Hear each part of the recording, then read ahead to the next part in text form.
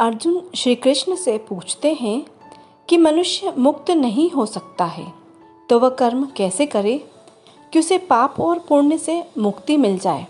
तब श्री कृष्ण कहते हैं कि इसका एक ही तरीका है कि मनुष्य फल की इच्छा त्याग कर कर्म को अपना धर्म समझकर करे। फल उसे अवश्य मिलेगा, परंतु उस फल को वह विधान की इच्छा समझकर स्वीकार करे। ज्ञानी पुरुष इसी योग को अपनाकर कर्मयोगी बन जाते हैं। फिर अर्जुन श्री कृष्ण से पूछते हैं, उस कर्म का तरीका बताओ जिस कर्म को करो और कोई बंधन ना हो। तब श्री कृष्ण कहते हैं, इसका बड़ा ही सहज तरीका है, तुम कर्म फल में आसक्ति मत रखो। तो अर्जुन कहते हैं कि ये कैसे हो सकता है कि फल प्राप्ति की इच्छा तो हर कोई करता है। श्री कृष्ण कहते हैं, परंतु क्या इच्छा करने से मनुष्य को फल की प्राप्ति हो जाती है? नहीं होती है अर्जुन, क्योंकि फल तो प्रारब्ध के हाथ में है और जो मनुष्य फल प्राप्ति की इच्छा करता है उसका मन फल के बारे में सोचकर अपने कर्म और कर्तव्य से विचलित हो जाता है और उसे वह फल प्राप्त नहीं होता है जिसकी उसने इच्छा की थी।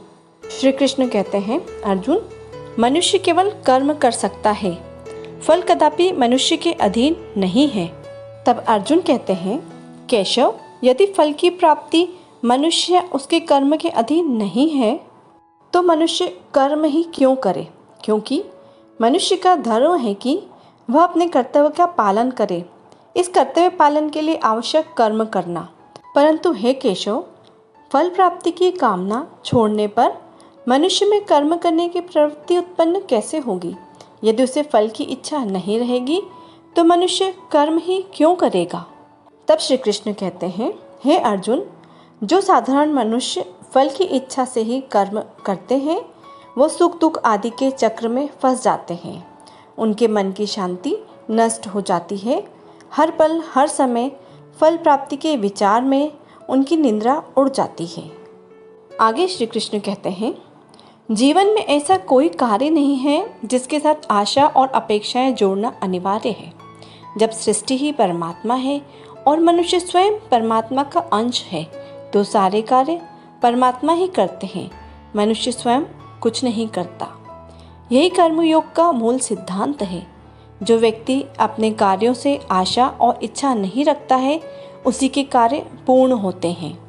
एक असफलता से दुखी होकर जिसका मन डोलता नहीं, एक सफलता से आनंदित होकर जो स्वयं को सर्वश्रेष्ठ नहीं मानता, ऐसे ही व्यक्ति को कर्मयोगी कहते हैं और ऐसा व्यक्ति जीवन में बार बार सफल होता है। उम्मीद करती हूँ आज की वीडियो आपको पसंद आई होगी।